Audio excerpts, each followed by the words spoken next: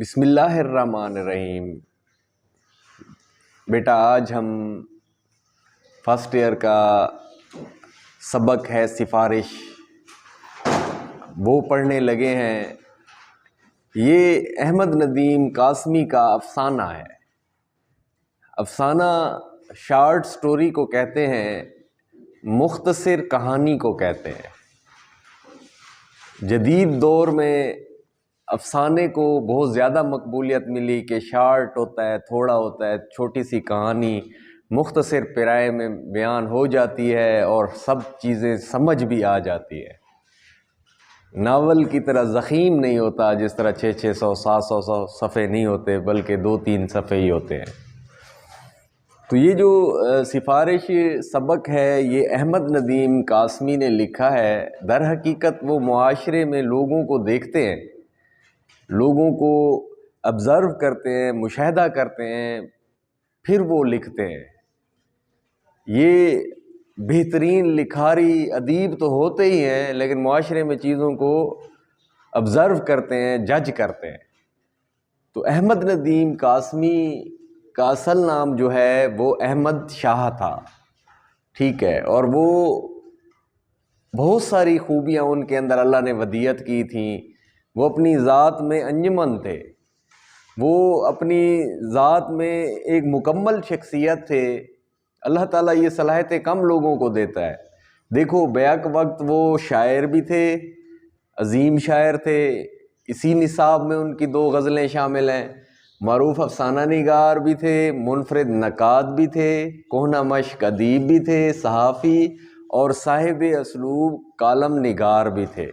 Novel بھی لکھے، افسانہ بھی لکھا۔ یہ افسانہ پڑھیں گے آپ کو پتہ چل جائے گا کہ اس کا موضوع کیا ہے اور معاشرے کی کن معاشرتی برائیوں کو وہ سامنے لے کر آئے ہیں، ٹھیک ہے۔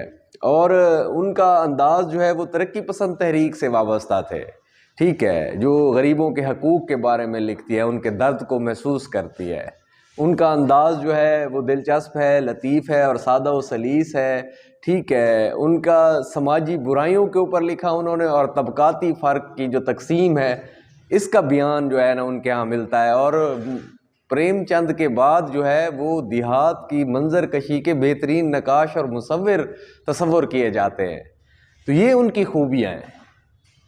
تو دیکھو بیٹا، سفارش جو ہے نا، سفارش فیورٹزم، اپنے لوگوں کو اوپر لے آنا اور میرٹ کی دھجیاں اڑا دینا، اس سبق کا ایک موضوع جو ہے وہ اسی سماجی برائی کے اوپر ہے کہ جائز کام کروانے کے لیے بھی آپ کو سفارش کروانی پڑتی ہے، رکے لکھوانے پڑتے ہیں، پیسے دینے پڑتے ہیں، پیسے دینے دلانے پڑتے ہیں، ٹھیک ہے۔ اور دوسرا موضوع اس سبق کا یہ ہے کہ یہ جو لوگ آپ کو نظر آتے ہیں نا، جو سفید پوش لوگ ہوتے ہیں کواکب، کچھ نظر آتے ہیں، کچھ دیتے ہیں دھوکہ، یہ بازیگر کھلا، جب بھی چاہیں ایک نئی صورت بنا لیتے ہیں لوگ، ایک چہرے پہ کئی چہرے سجا لیتے ہیں لوگ، وہ خوشی بھی گر ان کو حاصل ضروری تو نہیں، ٹھیک ہے، تو وہ غم چھپانے کے لیے بھی مسکرا لیتے ہیں لوگ۔ تو یہ لوگ در حقیقت چہروں کے اوپر چہرہ ہوتا ہے ان کا۔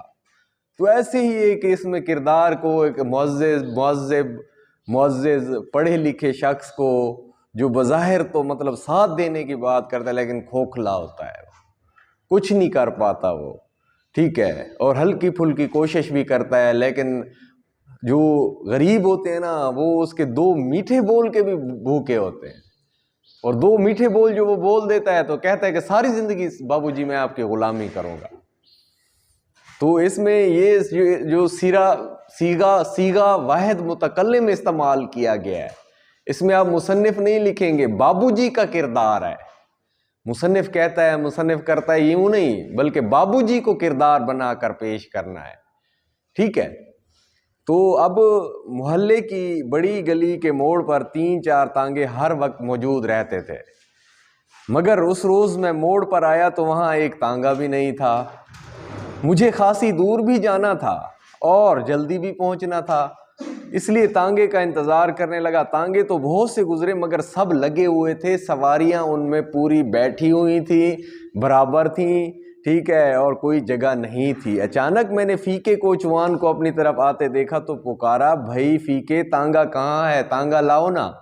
روز جاتے ہوں گے بابو جی ان کے ساتھ۔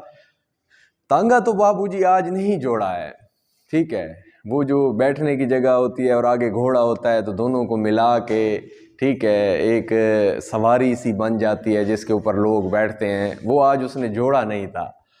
فیکے نے جواب دیا، میں نے دیکھا کہ فیکا جو کوچوان کا کوچوان، تانگا چلانے والے کا تانگا چلانے والا، ٹھیک ہے، اور پہلوان کا پہلوان، تانگا چلانے والے کو کوچوان کہتے ہیں، ہاتھی کی سواری کرنے کو فیل بان، شتر بان، اونٹ کی سواری کرنے والے کو، ٹھیک ہے، یہ الفاظ استعمال ہوتے ہیں۔ اور پہلوان کا پہلوان تھا، موٹا تازہ ہٹا کٹا لہیم شہیم۔ اچھا، اس نے آج شیو بھی نہیں بنوایا تھا، تو بیٹا یاد رکھنا جو پچھلے سال آپ کا پیپر ہوا ہے نا، اس کی معروضی اس نے شیو بنوائی تھی یا بنوایا تھا؟ یہ اس نے دے دی تھی معروضی، ٹھیک ہے۔ تو دیکھو اب اس طرح کی معروضی بننی ہے آپ لوگوں کی، یہ غور کیجئے گا۔ اس کی آنکھیں بھی سرمے سے محروم تھیں، سرما نہیں پہنا ہوا تھا اس نے، اور بوٹی کی طرح سرخ ہو رہی تھی، جس طرح گوشت کی سرخ بوٹی ہوتی ہے نا، اسی طرح ہو رہی تھی۔ کیا بات ہے فیکے، میں نے پوچھا۔ وہ بولا، بابو جی ایک کام ہے۔ ہاں کہو، ہاں ہاں کہو۔ میں نے کہا کام یہ ہے بابو جی کہ آپ میرے بابا کو تو جانتے ہیں نا۔ فیکا بولا، اس کی ایک آنکھ چلی گئی ہے، ایک آنکھ ضائع ہو گئی ہے۔ اوہو، مجھے بہت دکھ ہوا۔ بابو جی دکھ کا اظہار کر رہے ہیں، کیسے گئی بھئی، کیا کوئی حادثہ ہوا؟ جی نہیں، اللہ تعالیٰ نے تو دیکھو آنکھیں ایسی جگہ پہ رکھی ہیں، کوئی بھی مسئلہ ہو، کوئی بھی چوٹ ہو، بچ جاتی ہیں، ایسی جگہ پہ اللہ نے فٹ کی ہیں، ٹھیک ہے۔ تو لیکن کوئی حادثہ یا ایسی چیز ہوگی جو آنکھ پوری کی پوری ضائع ہو گئی ہے، اس لیے بابو جی نے تشویش کا اظہار کیا۔ جی نہیں، فیکے کے چہرے پر بھول پن کا چھینٹا پڑ گیا، ٹھیک ہے۔ تو نہیں وہ مطلب اس نے کہا کہ حادثہ کوئی نہیں ہوا، وجہ سے بھول جاتا ہے انسان یا تھوڑا سا وہ کرتا ہے، نہیں ایسی کوئی بات نہیں ہے بابو جی۔ لال لال تو وہ ہر وقت رہتی تھیں اور اس میں سے پانی بہتا رہتا تھا۔ آپ تو جانتے ہیں، آپ تو بابا کے ساتھ کئی بار تانگے پر بیٹھے ہیں۔ تو بابو جی کل کیا ہوا کہ بابا مصری شاہ سے گزرا، یہ لاہور کے ریلوے اسٹیشن کے قریب ایک آبادی ہے، وہاں بازار ہے، ٹھیک ہے۔ تو ایک حکیم سرما بیچ رہا تھا، بابا یہ سرما لے آیا اور ہمیں بتایا کہ اس سے آنکھ کی لالی جاتی رہے گی۔ وہ لوگ بیچنے کے لیے اپنی طرح طرح کی، وہ جو ہے نا بیچنے والے، آپ بسوں میں دیکھتے ہیں، بازاروں میں دیکھتے ہیں کہ آنکھوں کو تراوت ملتی ہے، آنکھوں کو ٹھنڈک ملتی ہے، فریشنس ملتی ہے، اس طرح کی باتیں کرتے ہیں۔ تو سادہ لوگ جو ہوتے ہیں وہ باتوں میں آ جاتے ہیں۔ حکیم نے خدا رسول کی قسم کھا کے کہا، بس یہ تو قطعی ایتھینٹک بات ہو گئی نا، جب اللہ اور اس کے رسول کا نام آ جاتا ہے۔ اور یہ بھی کہا کہ نہ جائے تو قیامت کے دن مجھے گردن سے پکڑنا۔ میں نے بھی کہہ دیا کہ حکیم خدا رسول کو بیچ میں ڈال رہا ہے تو ذرا سا لگا لے بھائی، اللہ اور اس کے رسول کے نام کی کون بھلا جھوٹی قسم کھاتا ہے؟ یہ تو مسلمان ہیں، وہ تو اپنی جان نچھاور کرتے ہیں اللہ اور اس کے رسول کے اوپر۔ اماں نے بھی یہی صلاح دی، مشورہ دیا۔ اس نے لقمان حکیم، حکمت کا بادشاہ، یہ وہ حکیم ہے لقمان حکیم جس کی قرآن مجید میں سورت ہے، سورت لقمان، اور اس نے اس میں اپنے بیٹے کو کہا تھا کہ بیٹا ان شرک لظلم عظیم، بیٹا کبھی شرک نہ کرنا، یہ بہت بڑا ظلم ہے۔ اور وہ اتنا دانش مند حکیم تھا کہ وہ جب جڑی بوٹی کو دیکھتا تھا، وہ جڑی بوٹی خود ہی بتا دیتی تھی اس کو، میرے اندر اس چیز کے لیے اللہ نے شفا رکھی ہے۔ اس کے پاس ہر بیماری کا علاج تھا سوائے وہم کے۔ وہم کا علاج اس کے پاس نہیں تھا، اور وہم کا علاج ہے بھی کسی کے پاس نہیں۔ کیوں؟ کیونکہ وہم تو ایک فانوس سے خیال ہوتا ہے، پرچھائی ہوتی ہے، کوئی حقیقت ہوتی نہیں ہے، تو کیا بندہ اس کا علاج کرے؟ اچھا، اس نے پڑھا لقمان حکیم، حکمت کا بادشاہ، اور آنکھ میں سلائی پھیر لی اس نے، ٹھیک ہے۔ بس پھر کیا تھا بابو جی، قسم کھا کر کہتا ہوں، جب سے اب تک آنکھ لگی ہو، آنکھ لگی نہیں، نیند ہی نہیں آ رہی اسے۔ بابو جی آپ تھک تو نہیں گئے میری باتیں سن سن کے؟ سگریٹ والے کی کرسی اٹھا لاؤں، بیٹھ جائیں کچھ تھوڑی دیر۔ اس وقت فیکا مجھے ایسے لگا جیسے اس کے چوڑے چکلے سینے پر گڈے کا حیران سر رکھا ہو، جیسے گڈا ہوتا ہے نا، کوئی بت ہے، ٹھیک ہے، کوئی وہ اس طرح کی چیز ہے، تو وہ بڑے بڑے سینے کے اوپر یا جیسے کوئی بچوں کی کوئی چیز رکھی ہوئی ہو، معصومیت جھلکی۔ میں نے کہا تم بھی حد کرتے ہو فیقے، اب آگے بھی کہو نا۔ فیقے کی آنکھوں میں ممنونیت کی نمی جاگی، احسان مند ہو گیا وہ، احسان کہ بھئی میری بات سن تو رہے ہیں، اتنے بڑے افیسر ہیں، بابو جی ہیں، غریبوں کی بات سن رہے ہیں۔ وہ بولا بس بابو جی خدا آپ کا بھلا کرے، رات تو چیخ چاہ کے روتے دھوتے گزار دی، پھر صبح کو محلے کے سارے کوچوان اکٹھے ہوئے تو ان میں سے چچا شیدے نے کہا کہ پوست کے ڈوڈے پانی میں ابالو، خشخاش کا پھول ہوتا ہے، ٹھیک ہے، اور یہ مطلب کہ جب پک جاتا ہے تو اس میں سے خشخاش نکلتی ہے، یہ ہے، اور اس سے یہ پوست کا جو پودا ہوتا ہے یہ ہیروین اسی سے بنتی ہے، چرس اسی سے بنتی ہے، یہ سارے نشے کی ماں ہے، یوں سمجھیں کہ یہ ایسی ہے، اور یہ افغانستان اور اس سائڈ پہ پاکستان میں بھی کچھ علاقوں میں یہ ہوتی ہے، اور اس کی کاشت کے اوپر پابندی ہے، ٹھیک ہے۔ خشخاش جو ہے وہ مطلب کہ مفید ہوتی ہے، آنکھوں کے لیے ٹھنڈی ہے یا اس طرح تھی، اور اسی پانی سے آنکھ دھو، یہ ایک ٹوٹکا ہوتا ہے جو دیہاتوں میں عموماً لوگ کرتے ہیں، ڈاکٹروں کے پاس جانے سے پہلے بیچارے غریب ہوتے ہیں، ٹونے ٹوٹکے کرتے رہتے ہیں۔ دھوئی پر بابا اسی طرح تڑپتا رہا، جتنا بھی دھویا گیا بابا تڑپتا رہا۔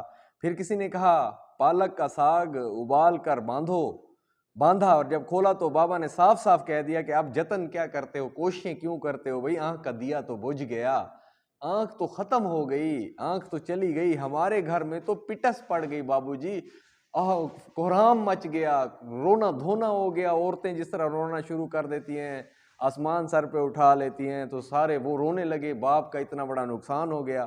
اسے ایک ہسپتال میں لے گئے، پھر دوسرے میں لے گئے، دونوں میں جگہ نہ تھی۔ دوپہر کو راج گڑھ کے کوچوان نے بتایا، یہ بھی لاہور کا ایک علاقہ ہے، ٹھیک ہے، کہ اس کا سالہ میو ہسپتال میں جو ہے نا، یہ بہت بڑا ایشیا کا بہت بڑا ہسپتال ہے، میو ہسپتال میں چوکیدار ہے، اس کی سفارش سے جگہ تو مل گئی، پر برہمنے میں یہاں بھی سفارش چلی، لیکن غریب کی، وہ بھی کوئی ایسی بات نہیں۔ پر بابو جی شام ہونے کو آئی ہے اور ابھی تک کوئی ڈاکٹر تو کیا کوئی نرس بھی ادھر نہیں آئی، آپ صاحب لوگ ہیں، یہ دیکھیے ہاتھ باندھتا ہوں، میرے ساتھ چل کر کسی ڈاکٹر سے یہ کہہ دیجئے کہ صدیق کے مریض کو ذرا سا دیکھ لے۔ اب فیقے کے باپ کا نام کیا ہوا؟ صدیقہ، ٹھیک ہے، فیقہ صدیقہ یاد رکھنا، یہ معروضی ہے۔ میں نے کہا وہاں ایک ڈاکٹر ہے، ڈاکٹر عبدالجبار، ان سے میرا سلام کہیو، کام ہو جائے گا، نہ ہوا تو کل میں تمہارے ساتھ چلوں گا، اس وقت مجھے ایک جو ہے نا، اس وقت رائٹ ناؤ اسی وقت مجھے ایک دعوت میں جانا ہے، نام یاد کر لو، ڈاکٹر عبدالجبار۔ اب دیکھو یہاں پر بھی اس نے مطلب کہ ایسے بات کی، یعنی کوئی خاص انٹرسٹ والی نہیں۔ فیقہ میرے بہت سے شکریہ ادا کر کے چلا گیا، پھر مجھے خالی تانگا مل گیا، جب تانگا میو ہسپتال کے صدر دروازے کے سامنے سے گزرا تو میں نے دیکھا فیقہ ایک چوکیدار سے باتیں کر رہا ہے، ظاہر ہے ڈاکٹر جبار کا پتہ پوچھ رہا ہوگا۔ ایک بار جی میں آئی کہ ہسپتال جا کر جبار صاحب سے کہہ دوں، مگر اب تانگا آگے نکل گیا تھا اور مجھے پہلے ہی دیر ہو گئی تھی۔ یہ مصروف لوگ ہوتے ہیں نا، جو بابو جی ہوتے ہیں، ٹھیک ہے، اور امیر لوگ ہوتے ہیں، کچھ دور جا کر گھوڑا پھسل کر گرا اور 10 منٹ تک گرا رہا، یہ بھی معروضی ہے، کتنے منٹ گرا رہا؟ 10 منٹ۔ پھر جب اٹھا اور چلنے لگا تو یکایک جبار صاحب کا سکوٹر میرے تانگے کے قریب سے تیزی سے گزر گیا۔ جبار صاحب میں چلایا، زور سے آواز دی جبار صاحب، مگر میری آواز سے وہ زیادہ تیز نکلے۔ کوئی بات نہیں، میں نے سوچا کل کہہ دوں گا، کل پہلا کام بھی یہی کروں گا۔ رات کو میں گھر واپس آیا تو معلوم ہوا فیقہ کوچوان آیا تھا اور کہہ گیا کہ بابو آئیں تو مجھے بلا لیں۔ میں نے سوچا اس وقت ان کو کون بلائے، اگر جبار صاحب ہسپتال ہی کو جا رہے تھے، فیقے کا کام ہو گیا ہے تو شکریہ، صبح قبول کر لوں گا، اگر نہیں کام ہوا تو جو بھی کوشش ہوگی اب تو صبح ہی ہوگی۔ صبح کو میں بستر سے نکلا ہی نہیں تھا، فیقے نے دروازہ کھٹکھٹایا، معلوم ہوا رہا جبار صاحب ڈیوٹی پر نہیں تھے، ان کی ڈیوٹی آج دن کی ہے، یعنی تمہارا باپ دسمبر کی اس سردی میں برآمدے میں پڑا رہا۔ یہ بھی معروضی ہے کہ کون سا مہینہ تھا کہ جب وہ برآمدے میں سردی میں پڑا رہا اس کا باپ صدیقہ۔ میں نے اپنے انداز میں تشویش گھبراہٹ ظاہر کی۔ جی ہاں، وہ بولا، مگر یہ تو کوئی ایسی بات نہیں بابو جی، آپ نے ہمارا گھر نہیں دیکھا، 10 سال سے چھپر میں پڑ رہے ہیں۔ کتنے سال؟ 10 سال، یہ معروضیاں ہو سکتی ہیں۔ اور اس کی آنکھ، میں نے پوچھا، وہ تو چلی گئی بابو جی۔ فیقہ یوں بولا جیسے اس کی باپ کی آنکھ کو ضائع ہوئے برسوں گزر چکے ہوں، بیچارہ اتنا پریشان تھا، ٹھیک ہے، سادہ لوہ سیدھا سادہ انسان تھا، کچھ نہیں مدعا فقیروں کا، درد ہے لا دوا فقیروں کا، منزلوں کی خبر خدا جانے، عشق ہے رہنما فقیروں کا۔ ایک عمر سے خالی خالی ہے کاسہ التجا فقیروں کا۔ میں نے کہا جب آنکھ ہی جا چکی ہے تو بیچارے بڈھے کو ہسپتال میں کیوں گھسیٹتے پھرتے ہو، وقت بھی ضائع ہوگا، روپیہ بھی ضائع ہوگا۔ فیکا بولا بابو جی کیا پتہ، امید کی کرن اس کو نظر آئی نا۔ فیکا بولا بابو جی کیا پتہ آنکھ کے کسی کونے خدرے میں، آنکھ کے کسی اطراف میں، سائیڈ میں ایک طرف، ٹھیک ہے، کوئی ایک طرف بینائی کا بھورا ہی پڑا رہ گیا ہو۔ دیکھیے اب سمجھاتا ہے وہ اپنے ذہن اور استطاعت کے مطابق، پڑھا لکھا تو ہوتا نہیں ہے۔ دیکھیے چولہا جب بجھ جاتا ہے تو دیر تک راکھ میں ہاتھ نہیں ڈالتے، کیا پتہ کوئی چنگاری سلگ رہی ہو کہیں پر، کوئی بہت ساری راکھ میں، ٹھیک ہے، جب تک مکمل نہ وہ ہو جائے، ختم ہو جائے، ٹھیک ہے، تو پھر بھی ہاتھ نہیں ڈالتے، ڈرتے ہیں کہ کہیں کوئی اس میں جو ہے نا چنگاری نہ ہو، ہاتھ کو نہ جلا دے۔ کیا پتہ آنکھ کے کونے خدرے میں کہیں وہ چنگاری پڑی ہوئی ہو۔ میں اس بات سے چونکا، حیران رہ گیا۔ آج تک فیکے نے مجھ سے صرف چارے کی مہنگائی کی بات کی تھی، جو کھاتے ہیں یہ، اس کا گھوڑا کیا کھاتا ہے، ٹھیک ہے، اور جانوروں کے چارے کا کیا حال ہے کھانے کا، اور آٹے میں ملاوٹ کے موضوع پر باتیں کی تھی کہ دیکھو یہ لوگ ہیں کہ یہ ملاوٹ، حالانکہ نبی پاک صلی اللہ علیہ وسلم نے فرمایا جو ہے نا، یعنی ملاوٹ کرنے والا ہم میں سے نہیں ہے، جس نے ملاوٹ کی وہ ہم میں سے نہیں ہے، ٹھیک ہے۔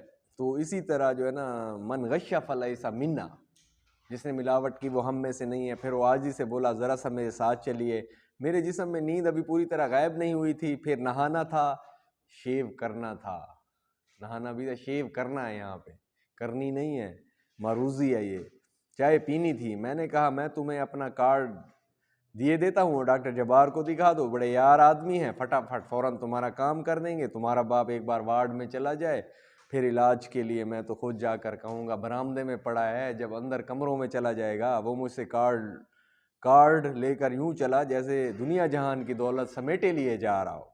میں نے کارڈ پر لکھ دیا جبار صاحب اس کا کام کر دیجئے، بیچارہ بڑا ہی غریب آدمی ہے، دعائیں دے گا، اور مجھے یقین تھا کہ کام اس کا ہو جائے گا۔ ڈاکٹروں کو تو صرف اتنا ہی تو دیکھنا تھا کہ آنکھ پوری طرح بجھ گئی ہے یا تھوڑی سی اس میں بہت رمق جو ہے نا، تھوڑی سی رمق باقی ہے، جان باقی ہے، میرے جسم بریدہ میں جو جان باقی ہے اس کے لوٹ آنے کا کوئی امکان باقی ہے، ٹھیک ہے۔ میں دن بھر گھر سے غائب رہا اور فیکا دن بھر میرے گھر کے چکر کاٹتا رہا۔ کام تھا نا، باپ کا درد تھا، تکلیف تھی۔ شام کو اس نے مجھے بتایا جوار صاحب بیٹھے تو ہیں پر کوئی اندر نہیں جانے دیتا، کہتے ہیں کہ باری سے آؤ، اور میری باری تو آتی نہیں ہے سر، غریبوں کی باری نہیں آتی، غریبوں کا کوئی نہیں پرسان حال ہوتا۔ گھٹنا پجامے میں سے جھانک رہا ہو تو باری کیسے ہے بابو جی، حیران کر رہا تھا۔ دیکھو گھٹنا پجامے میں سے، گھٹنا جب انسان گرتا ہے تو پھٹ جاتا ہے، یا پھر غربت کی وجہ سے پھٹا ہوتا ہے، سلوا بھی نہیں پاتا اس کو انسان، تو جسم اس میں سے نظر آتا ہے، یعنی اتنی غربت تھی۔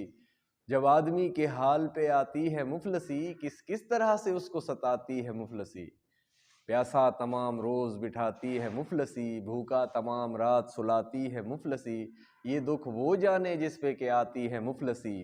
بیٹا لازم ہے گر غمی میں کوئی شور و غل مچائے، بیچارہ شور و غل مچا رہا تھا، پریشان تھا، مفلس بغیر غم کے ہی کرتا ہے ہائے ہائے، مر جاوے گر کوئی تو کہاں سے اسے اٹھائے، اس مفلسی کی خواریاں کیا کیا کہوں میں ہائے، مردے کو بے کفن کے گڑاتی ہے مفلسی۔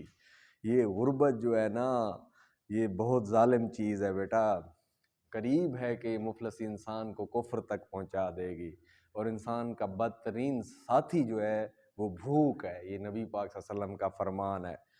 فیکے نے مجھے ایک بار پھر چونکا دیا، نہ جانے پہلوان فیکے کے اندر یہ حساس سینسٹیو پھول کی طرح نرم و ملائم فیکا کہاں سے اتنے برسوں سے چھپا بیٹھا تھا۔ میں نے وعدہ کیا کہ کل ضرور چلوں گا، اب تو شام ہو گئی ہے۔ دوسرے دن سویرے ہی مجھے شیخو پورے جانا پڑ گیا، رات کو واپس آیا تو معلوم ہوا فیکا پھر آیا تھا، چکر پر چکر لگاتا رہا، باپ کا درد دیکھ نہیں پا رہا تھا۔ اس کے بعد 3 دن تک میں نے زیادہ وقت گھر میں گزارا مگر فیکا نہ آیا۔ چوتھے روز میں نے گلی کے موڑ پر ایک کوچوان سے فیکے کے باپ کا پوچھا تو معلوم ہوا کہ اسے وارڈ میں جگہ مل گئی تھی۔ اتنے میں فیکا بھی نکلا، مجھے ذرا سی ندامت ہوئی، شرمندگی ہوئی، اس لیے جھوٹ بولنا پڑا۔ کیوں؟ فیکے جبار صاحب نے کام کر دیا نا، وہ بولا مگر بابو جی وہ تو مجھ سے ملے ہی نہیں، دیکھو کیسے اس نے جھوٹ بول دیا یہاں پر کہ یار میں نے اسے کہہ دیا تھا ٹھیک ہے کہ تمہارا کام ہوا ہے یا نہیں. تو انہوں نے کہا کہ یار مجھ سے ملے نہیں، لیکن یہاں پر احسان مندی محسوس کرتا ہے غریب اس کے جھوٹ بولنے سے. دیکھو شعلہ سامان کھلونوں سے بہل جاتا ہے، ہائے انسان کھلونوں سے بہل جاتا ہے. ہم بہرحال حقیقت کو سمجھ لیتے ہیں، دل ہے نادان کھلونوں سے بہل جاتا ہے. وہ بہل جاتا ہے کہ یار واقعی اس نے بات کی ہوگی، کہہ جو رہا ہے بابو جی سچا ہے. میں نے فوراً کہا انہیں میں نے فون کر دیا تھا، ٹھیک ہے جھوٹ بولا ہے تاکہ وہ بہت بڑی ندامت اور شرمندگی سے بچ جائے. اب فیقے کا چہرہ ایک دم سرخ ہو گیا اور آنکھوں میں ممنونیت کی نمی، احسان مندی سے جو آنسو آتے ہیں. وہ جاگ اٹھی. جب ہی میں کہوں نرس بار بار یہ کیوں کہہ رہی تھی کہ دیکھو بوڑھے کو تکلیف نہ ہو، اچھا پیچھے تو آپ تھے، آپ کا کہا ہوا تھا. پھر میں وہاں سے چلا آیا، میرے قدم آہستہ آہستہ اٹھ رہے تھے مگر ذہن جیسے شکست کھا کر بھاگا جا رہا تھا. رات کو نیند نے ندامت دور کر دی. بیٹا یاد رکھنا، جتنا دنیا کا امیر ترین انسان ہے، بادشاہ ہے، جب سوتا ہے تو ہر چیز اس کی برابر ہو جاتی ہے. جب کوئی غریب سوتا ہے تو ہر چیز برابر ہو جاتی ہے. ٹھیک ہے، انسان کو کسی چیز کی نہ دولت کی فکر ہوتی ہے نہ شہرت کی، ہر چیز سے غافل ہو جاتا ہے.